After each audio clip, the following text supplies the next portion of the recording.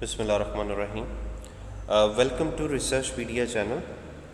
दोस्तों, आज की इस वीडियो में मैं आपको एक तीसरी इम्पोर्टेंट अजम्पशन है रिग्रेशन मॉडल्स की। जब आप SPSS के ज़रिए किसी भी किस्म का कोई रिग्रेशन मॉडल रन कर रहे हैं, ठीक है, या रिग्रेशन रन करना चाह रहे हैं, कुछ आपके पास इंडिपेंडेंट वेरिएबल हैं जिनको आप डिपेंडेंट पर जो है वो रिग्रेस करना चाह रहे हैं, तो रिग्रेशन मॉडल्स की क्योंकि अजम्पशंस होती हैं, इससे प्रीवियस वीडियोस में मैं नॉर्मेलिटी अजम्पशन और मल्टी कोलिनियरिटी अजम्पशन आपको शो करवा चुका हूँ कि नॉर्मेलिटी किस तरह से टेस्ट होती है, मल्टी कोलिनियरिटी कैसे टेस्ट होती है। ठीक है, अगर आपका डाटा नॉर्मल ना हो तो आप सैम्पल साइज़ इंक्रीज़ करके डाटा को नॉर्मलाइज कर सकते हैं।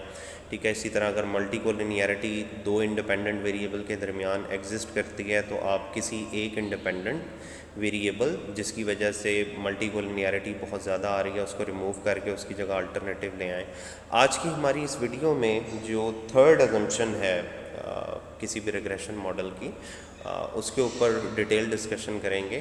थर्ड अजम्पशन ये है कि जो आपके रेजिड्यूल्स होते हैं डाटा के अंदर, वो इंडिपेंडेंट होने चाहिए, वो एक दूसरे को कोरिलेट ना करें, वो एक दूसरे को अफेक्ट ना करें। रेजिड्यूल होते क्या हैं, पहले मैं इसका कॉन्सेप्ट आपको बता दूं। रेजिड्यूल हम जो जिन लोगों ने स्टैटिस्टिकली रेजिड्यूल का मतलब नहीं जिन्हें पता, ठीक है, या जिन्हें आइडिया नहीं है, या जो पहली बार रिसर्च कर रहे हैं, उन्हें बताता चलूँ कि रेजिड्यूल जो है वो बेसिकली डिफरेंस है। किस चीज़ का डिफरेंस है जी? आपकी जो ऑब्ज़र्व्ड वैल्यूज़ हैं, जो आप कैलकुलेट करते हो, प्रेडिक्ट करते हो, ठीक है, उन वैल्यूज़ के दरमियान और मीन वैल्यूज़ के दरमियान जो डिफरेंस होता है ना, उसको हम रेजिड्यूल कहते हैं।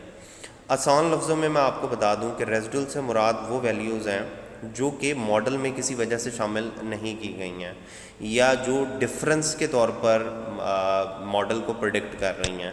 अब यहाँ पे अगर स्टैटिस्टिकली मैं आपको थोड़ा सा ग्राफिकली दिखाऊं, तो जैसे ये आपको नज़र आ रहा है, ये अगर हम पिक्चर देखें तो ये जो स्ट्रेट लाइन आपको नीचे से ऊपर की तरफ जाती हुई नज़र आ रही है, इसको हम प्रेडिक्टेड लाइन कहते हैं। इसको आप मीन लाइन भी कह सकते हो, यानी वो वैल्यूज़ जो कि आप एवरेज बेसिस पे कैलकुलेट कर रहे होते हो ना, उसको हम प्रेडिक्टेड लाइन यहाँ पर कंसिडर कर रहे होते हैं। और ये जो वैल्यूज़ आपको इस लाइन से परे हटकर नज़र आ रही हैं ब्लू कलर में या जामनी कलर में, ठीक है, ये वो लाइंस हैं जो एक्चुअली आपकी डाटा कलेक्शन को शो कर रही है, यानी जिनकी बेस पे आपने एक्चुअल में डाटा कलेक्ट किया हुआ है।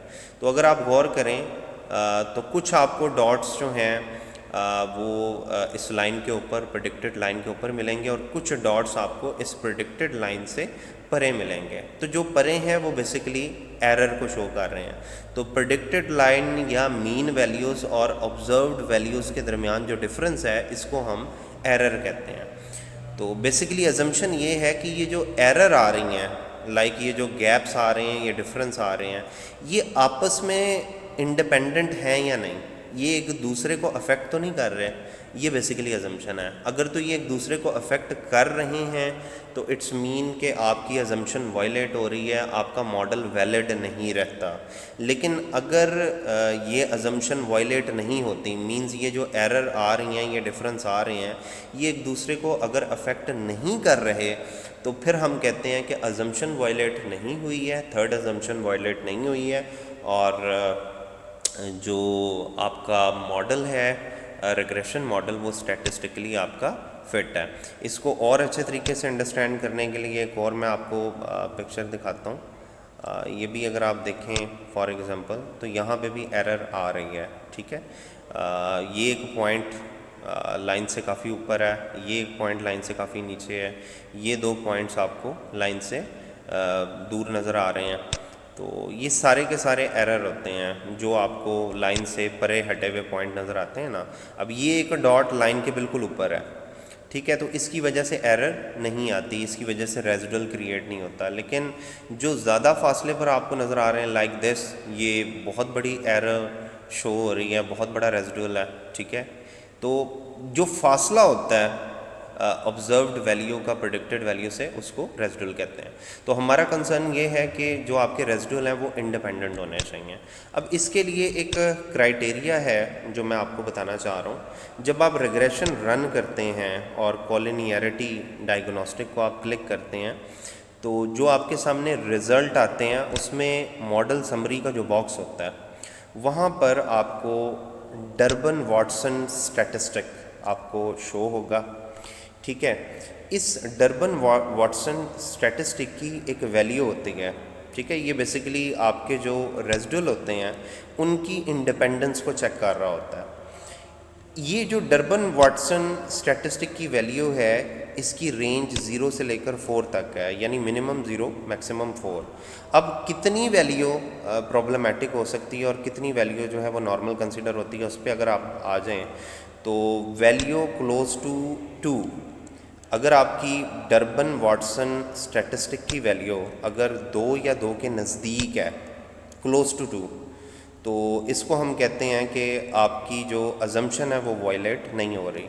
लेकिन अगर आपकी डर्बन वाटसन की वैल्यू लेस देन 1 हो या ग्रेटर देन 3 हो तो फिर हम कहते हैं कि हमारी ये अजम्पशन जो है वो वायलेट हुई है, यानी हमारे रेजिडुअल जो हैं वो इंडिपेंडेंट नहीं है।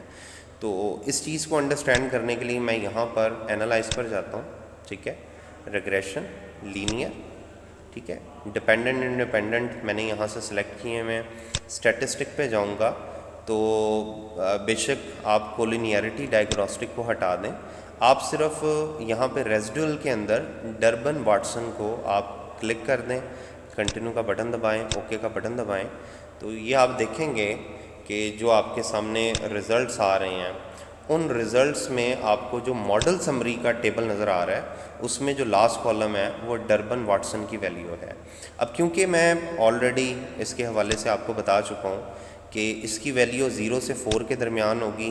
ठीक है, अगर ये 2 के नज़दीक होगी तो हम कहेंगे कि हमारी अजम्पशन वायलेट नहीं हुई है। लेकिन अगर वैल्यू 1 से कम हो, ठीक है, या 3 से ग्रेटर हो तो हम ये कहते हैं कि हमारी अजम्पशन वायलेट हुई है और हमारे रेजिडुअल जो हैं वो इंडिपेंडेंट नहीं है।